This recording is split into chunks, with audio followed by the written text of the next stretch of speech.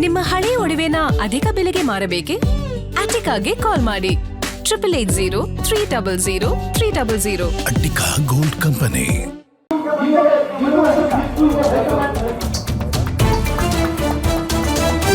Township ಭೂ ಸ್ವಾಧೀನಕ್ಕೆ break ಸದ್ಯಕ್ಕೆ.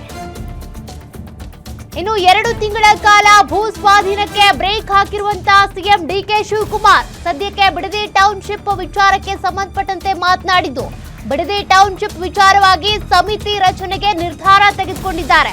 ಸಂಪುಟದಲ್ಲಿ ಚರ್ಚೆ ಮಾಡಿ ಸಮಿತಿ ಸದಸ್ಯರ ನೇಮಕ ಮಾಡಲಾಗುತ್ತೆ. ಸಮಿತಿ ವರದಿ ಕೊಟ್ಟ ಬಳಿಕ ಮುಂದಿನ ನಿರ್ಧಾರ. ವೈಜ್ಞಾನಿಕವಾಗಿ ಇರುವಂತಹ ಪಾಯಿಂಟ್ಸ್ಗಳು, ಲೀಗಲ್ ಆಗಿರುವಂತಹ ಪಾಯಿಂಟ್ಸ್ಗಳು, ಅದ್ರ ಬಗ್ಗೆ ಚರ್ಚೆ ಮಾಡೋದಕ್ಕೆ ಅಂತ ಈ ಸಮಿತಿ ಅಂತ ಡಿಕೆ ಶಿವಕುಮಾರ್ ಅವರು ಹೇಳಿರೋದು. ಹಾಗಾಗಿ 2 ತಿಂಗಳ ಕಾಲ ಭೂ ಸ್ವಾಧೀನಕ್ಕೆ ಬ್ರೇಕ್ ಬಿದ್ದಿದೆ. ಬಿಡದಿ ಟೌನ್ಶಿಪ್ ವಿಚಾರಕ್ಕೆ ಸಂಬಂಧಪಟ್ಟಂತೆ ರೈತರು ವಿರೋಧ ವ್ಯಕ್ತಪಡಿಸ್ತಾನೆ ಇದ್ರು. ಇದರ ಬೆನ್ನಲ್ಲೇ ಇವತ್ತು ಡಿಕೆ ಶಿವಕುಮಾರ್ ಪ್ರೆಸ್ ಮೀಟ್ ಕರೆದಿದ್ದು, ಇದಕ್ಕೆ ಸಂಬಂಧಪಟ್ಟಂತೆ ಒಂದು ಸಮಿತಿ ರಚನೆ ಮಾಡ್ತೀನಿ ಅಂತ ಕೂಡ ಹೇಳಿದ್ದಾರೆ. ಇಲ್ಲ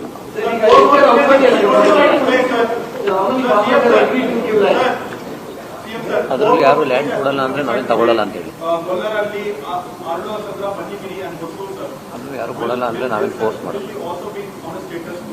ನೋ ಯಾರು ಜಮೀನನ್ನ ಕೊಟ್ಟಿದ್ದಾರೆ ಅಲ್ಲಿ ಕೊಟ್ಟಿದ್ದಾರೆ, ಕೊಡ್ತೀನಿ ಅಂತ ಇದ್ದಾರೆ, ಕೊಡೋರು ಇದ್ದಾರೆ, ಅವ್ರು ತಗೊಂಡು ನಮ್ದು ಏನ್ ಬೇಕೋ ಸರ್ಕಾರದ ಯೋಜನೆ ಇದೆ, ಸರ್ಕಾರ ಯೋಜನೆ ಮುಂದುವರಿತದೆ. Why I should stop? They have taken money, we have given money to them, notification ಆಗಿದೆ. ಆದ್ಮೇಲೆ ಅವ್ರು ದುಡ್ಡು ಖುಷಿಯಿಂದ ಬಂದು ತೆಗೆದುಕೊಂಡಿದ್ದಾರೆ. ನಮ್ಗೆ ಒಳ್ಳೆ ಚಾನ್ಸು, ಕುಮಾರಣ್ಣ ಎಲ್ಲ 25 ಲಕ್ಷ ಕೊಡ್ತೀನಿ ಅಂತ ಹೇಳಿದ್ರು, ಡಿಕೆ ಬಂದು 2.25 ಕೋಟಿ ಕೊಟ್ಟವ್ರೆ ಅಂತ ಅಂದ್ಬಿಟ್ಟು ಖುಷಿಯಿಂದ ಅವ್ರು ತೆಗೆದುಕೊಂಡಿದ್ದಾರೆ. ಅದನ್ನು ತಗೊಂಡು ಹೋದವರು, ಅವ್ರು ಮಾಡಿದವ್ರ ಸರ್ಕಾರಿ ಭೂಮಿ ಆಗೋಯ್ತು. ಆಗ ಸರ್ಕಾರ ಏನ್ ತೀರ್ಮಾನ ಮಾಡಬೇಕು ಮಾಡ್ತದೆ. ಕಮಿಟಿ ಬೇರೆ, ಈಗ ಬೇರೆ ಪಾಪ ಅವ್ರದ್ದೇನಾದ್ರು ನೋವು ಕೊಡಿದ್ರೆ ಹೇಳ್ಕೊಳ್ಳಿ, ತಪ್ಪೇನಿಲ್ಲ. ಏನ ಸಿ ಹೌ ಕ್ಯಾನ್ ನಾನ್ ಯಾಕಪ್ಪ ಇದನ್ನ ಡಿನೋಟಿಫೈ ಮತ್ತೊಂದಕ್ಕೆಲ್ಲ ಯಾಕೆ ಹೋಗ್ಲಿ ನಾನು? ಹೌ ಕ್ಯಾನ್ ಈಗ ಎಷ್ಟೋ ಜನ ಈಗ 75% ಈಗ ಒಂದೇ ಹಳ್ಳಿಲಿ ಈಗ ಆಲ್ರೆಡಿ 75% ತೆಗೆದುಕೊಂಡಿದ್ದಾರೆ, ಕೆಲವರು 50% ತೆಗೆದುಕೊಳ್ತಾರೆ. ಈ ನೋಟಿಫಿಕೇಶನ್ ಆದ್ಮೇಲೆ ಮುಂದಕ್ಕೆ ತಗೊಂಡು ಹೋಗ್ಬೋದು. ಕೆಲವು 60% ತಗೊಂಡಿದ್ದಾರೆ. ಅದನ್ನ ನಾನು ಬಿಟ್ಬಿಟ್ಟು ದುಡ್ಡು ಅವ್ರು ಈಸ್ಕೊಬಿಟ್ಟು ಆದ್ಮೇಲೆ ಕೊನೆಗೆ ವ್ಯವಸಾಯ ಮಾಡಕ್ ಬಿಡಕ್ಕಾಗ್ತದ? ರಿಪೋರ್ಟ್ ಬಂದು ತೀರ್ಮಾನ ಮಾಡ್ತೀವಿ ಅಂತ ಹೇಳಿ ರಿಪೋರ್ಟ್ ಬರತ್ತಾಗ ಯಾರು ಏನು ಮಾತಾಡೋದು ಅಂತ ಹೇಳಿ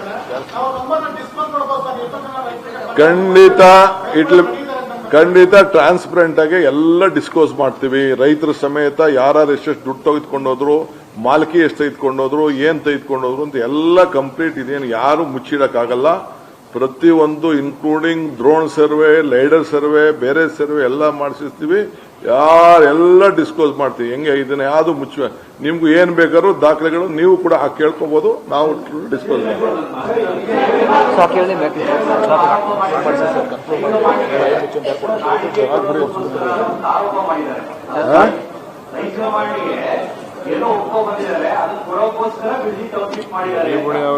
ನೋಡಿ. ಅವಕ್ಕೆಲ್ಲ ನಾನು ಉತ್ತರ ಕೊಡಕ್ ಹೋಗಕ್ ಇಷ್ಟ ಇಲ್ಲ. ಅವರು ನಿಮ್ ಕೈಲಿ 2006 ಮಾಡಿದ್, ನೀವು ಮಾಡಿದ್ದು ಇದು. ನಮ್ಗೇನು ಅವಶ್ಯಕತೆ ಇಲ್ಲ. ನೀವು ಯಾರು ಕೊಟ್ಟಿದ್ದಾಗ? ನಿಮ್ ಯಾವ ಹೈಕಮಾಂಡ್ ನೀವು ಕೊಟ್ಟಿದ್ರಿ? ಪಟ್ಟಿ ಬೇಕಾ? ಎಲ್ಲೆಲ್ಲಿತ್ತು ಬಂದಾಗಿಂದ ಹಿಡಿದು ಯಾವ ವರ್ಷದಲ್ಲಿ ಏನೇನಾಯ್ತು, ಎಲ್ಲಿ ಜಮೀನ್ ತಗೊಂಡ್ರು, ಎಷ್ಟಕ್ಕೆ ಏನಾಯ್ತು ಅಂತ ಎಲ್ಲ ಅದೆಲ್ಲ ನನಗೆ ದಯವಿಟ್ಟು ನನ್ನ ಕೆಡಕಕ್ ಹೋಗಬೇಡಿ ಅಷ್ಟೇ. ನಾನು ಹೇಳಿದ್ದೆ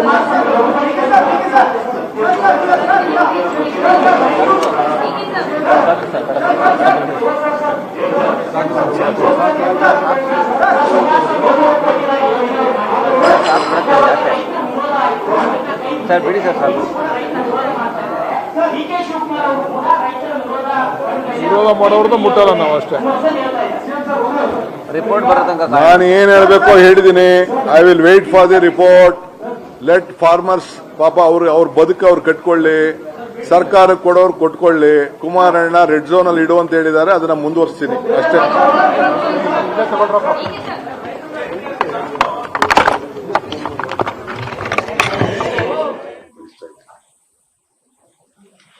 ನನ್ನ ಅಜ್ಜನ್ನು ಕರೆದಿರಿ ಪಾಪ ಆಶೀರ್ವಾದ ಮಾಡುವಂತ ದೈವ ಸ್ವರೂಪಿ ಕೂಡ. ಸ್ವಲ್ಪ ಬೇರೆ ಎಲ್ಲ ನಾನು ಮಾಡಕ್ ಹೋಗಲ್ಲ.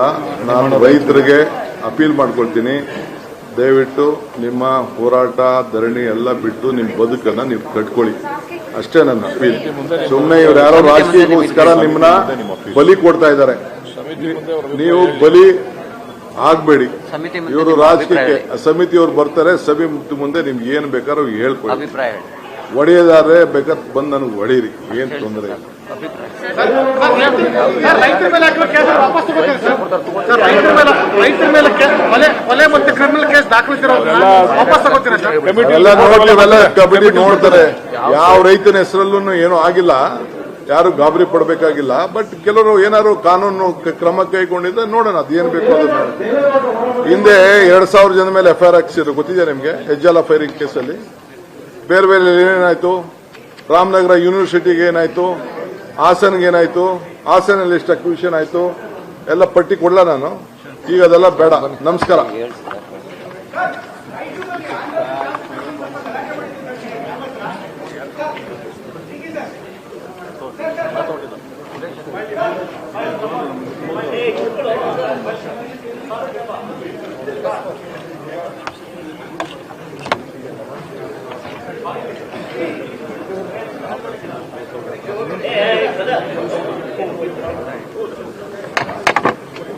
ಕ್ಯಾಮರಾ